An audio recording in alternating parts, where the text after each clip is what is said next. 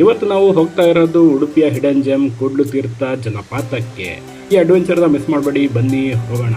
ಪಶ್ಚಿಮ ಘಟ್ಟದ ದಟ್ಟ ಕಾಡಿನ ಮಧ್ಯೆ ಒಂದು ಅದ್ಭುತ ಟ್ರೆಕಿಂಗ್ ಮಾಡ್ತಾ ಇದೀವಿ. ನಾವು 3 ಜನ ಗೆಳೆಯರು ಸೇರಿ ಹೋಗ್ತಾ ಇರೋದು ಉಡುಪಿಯ ಹೆಬ್ರಿ ಹತ್ರ ಇರುವಂತ ಬ್ಯೂಟಿಫುಲ್ ಕೂಡ್ಲು ತೀರ್ಥ ಜಲಪಾತಕ್ಕೆ. ಫಾರೆಸ್ಟ್ ಚೆಕ್ ಪೋಸ್ಟ್ ಇಂದ ಎಂಟ್ರಿ ತಗೊಂಡು ಅಲ್ಲಿಂದ ಸುಮಾರು 1 ರಿಂದ 2 ಕಿಲೋಮೀಟರ್ ಮಾಡರೇಟ್ ಆಗಿ ಟ್ರೆಕ್ ಮಾಡಿದ್ರೆ ಜಲಪಾತ ಸಿಗುತ್ತೆ.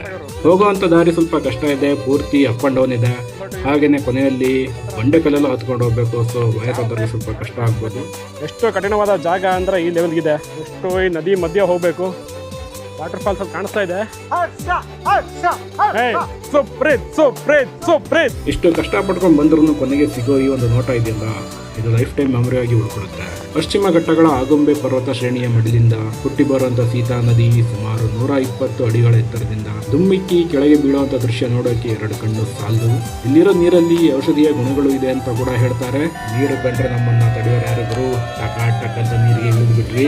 ಇಲ್ಲಿ ತಣ್ಣಗಿರೋ ನೀರಲ್ಲಿ ಈಜೊಡುವಾಗ ಸಿಗೋ ಮಜಾ ಪದಗಳಲ್ಲಿ ಹೇಳೋಕ್ಕಾಗಲ್ಲ.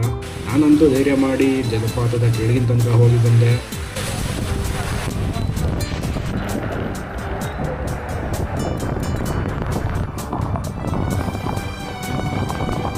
ಹಾಗೆಯೇ ಇಲ್ಲಿ ನಾವೆಲ್ಲ ಒಳ್ಳೆ ಟೈಮ್ ಸ್ಪೆಂಡ್ ಮಾಡಿದ್ವಿ. ಹಾಗೆಯೇ ಸಖತ್ ಎಂಜಾಯ್ ಮಾಡಿದ್ವಿ. ಒಟ್ಟಿನಲ್ಲಿ ಇದು ಲೈಫ್ ಟೈಮ್ ನೆನಪಲ್ಲಿ ಇಟ್ಕೊಳ್ಳುವಂಥ ಒಂದು ಒಳ್ಳೆ ಅನುಭವ. ನಿಜವಾಗ್ಲೂ ಇದೊಂದು ಪ್ರಕೃತಿಯ ಅದ್ಭುತ ಕೊಡುಗೆ ಅಂತಲೇ ಹೇಳ್ಬೋದು.